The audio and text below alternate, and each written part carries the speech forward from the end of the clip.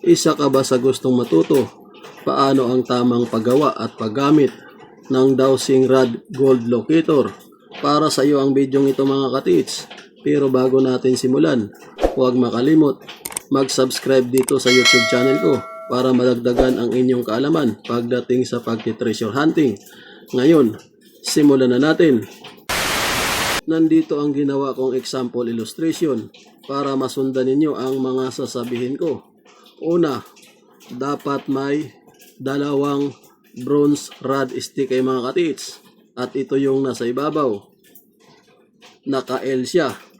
Nabibili lang ito sa mga hardware sa halagang 50 pesos ang bawat isa. So maditotal itong dalawa. Nagkakahalaga ito ng 100. Napakamurang locator mga katits. Pero mabisa. Pag mayroon na kayong dalawang stick, ang sunod nyong hanapin ang handle niya. Dapat may handle kayong gawa ng aluminum tube at maliit lang dapat. Halos sing laki lang or sing liit, mas maliit pa siguro sa ballpen. Dahil pag nabali na ninyo ang rod na yan mga katits, sa haba ng 24 inch, ito yung haba niya. Sabay baliin ninyo ang tira. Pa down 6 inch. Ito na yung paglalagyan ninyo o di kaya pagsasalpakan ninyo ng handle niya na gawa ng aluminum. Dapat aluminum talaga mga katits.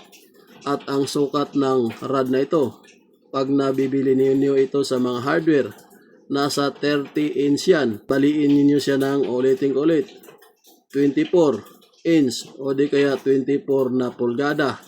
Sabay pagbalik nito sa baba, ito na yung pinaka-handle niyang natira. At may 6 inch yan, 6 na pulgada. Isakto lang yan mga katits, sakto lang yan sa handle niya.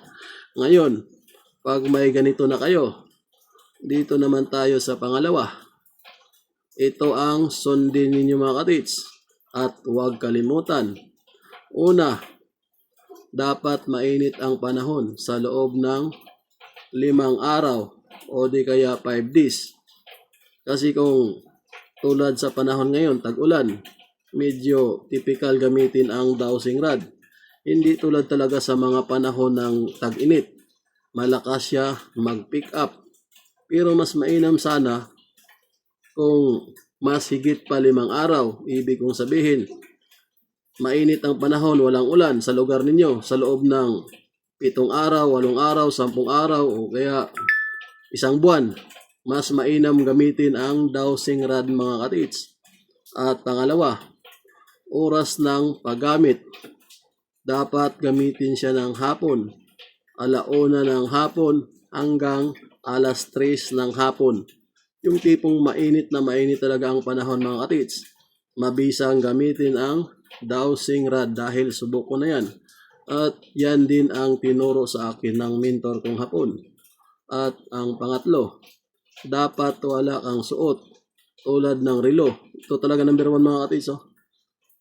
Nakaka-distract ito sa signal niya. O di kaya yung nakalimutan kong sinabi sa akin ng mentor ko. Frequency reactor itong relo kasi may battery ito Pangalawa, sing-sing. Tulad ng silver na sing-sing, gintong sing-sing. Tanggalin ninyo yan sa mga katawan ninyo mga katits. At ang pangatlo, cellphone na nasa bulsa. Isa rin ito mga katits. Dapat pag mag-locate kayo gamit ang dowsing rod, ilayo ninyo ang cellphone. Siguro mga 10 meters. Ilagay ninyo sa bag, pati itong relo kung may relo man kayo. At sing-sing, lahat ng mga gamit na pwedeng makadistract sa dowsing rod, ilayo ninyo mga katits mula sa area na i-detect ninyo. Mga 10 meters ang distansya para wala talaga siyang masagap na kakaiba. At ang pang-apat, ito yung typical. Kung nasa lugar tulad ng nasa sapa, lawa, dagat, dapat huwag kang sumausaw sa tubig. Ibig kong sabihin mga katits, typical talaga itong sapa Kasi pag nasa sapa ka at may tubig, malaki ang tubig, at ang dowsing kailangan pa naman maglukit ka na palakad-lakad ka. Kung walang patungan, sigurado mababasa ka talaga. Ito yung typical eh. At lawa, isa rin tong lawa. Pwedeng lawa kasi sakay ka lang sa bangka.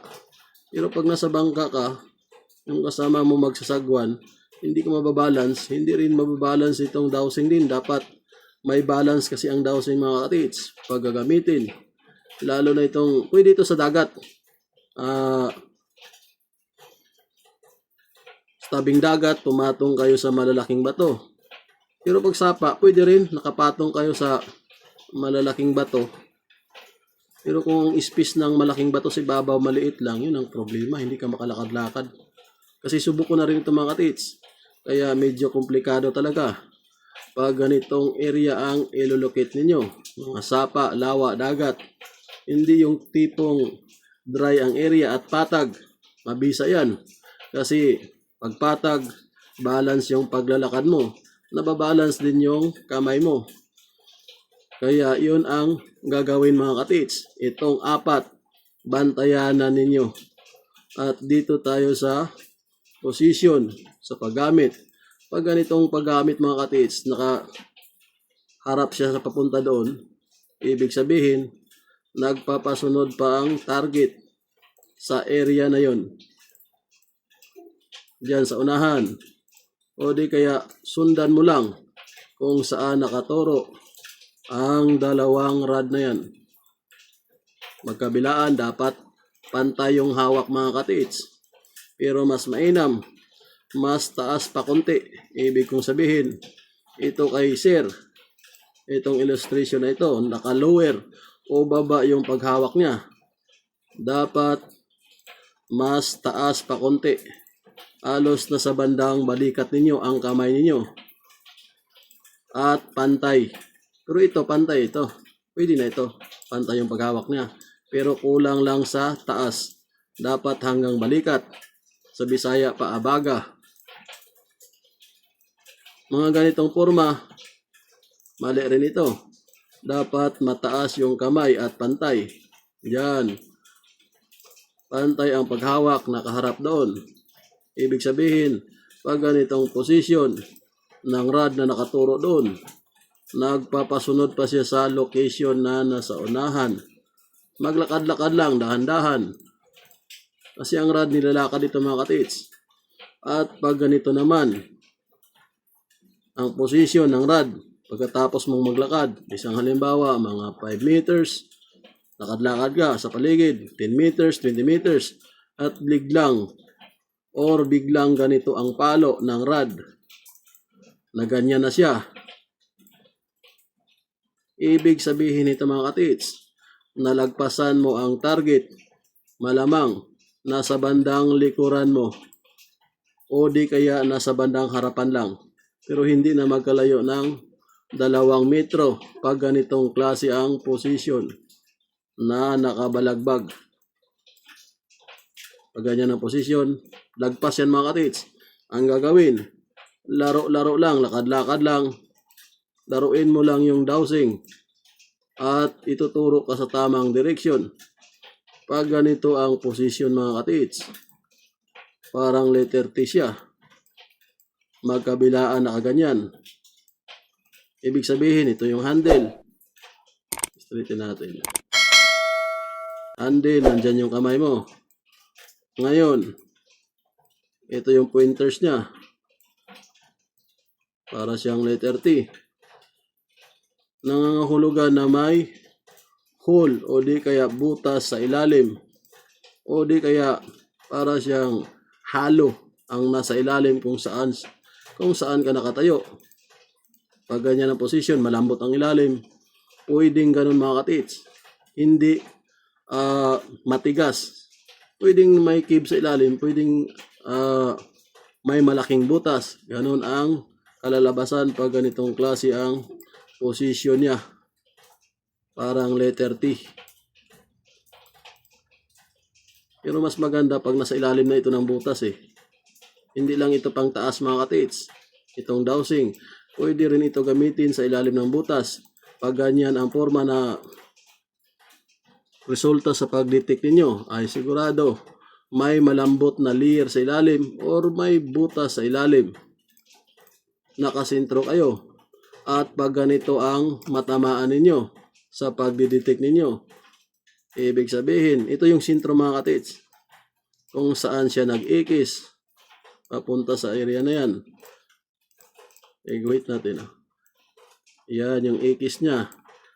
Pag ganyan, ang target nasa mismong harapan mo, mga tupit, simula dito sa rod na ito, sa dulo niya, at dito sa parteng ito, sa siko mo, nandyan yung pinakasentro niya mga katits.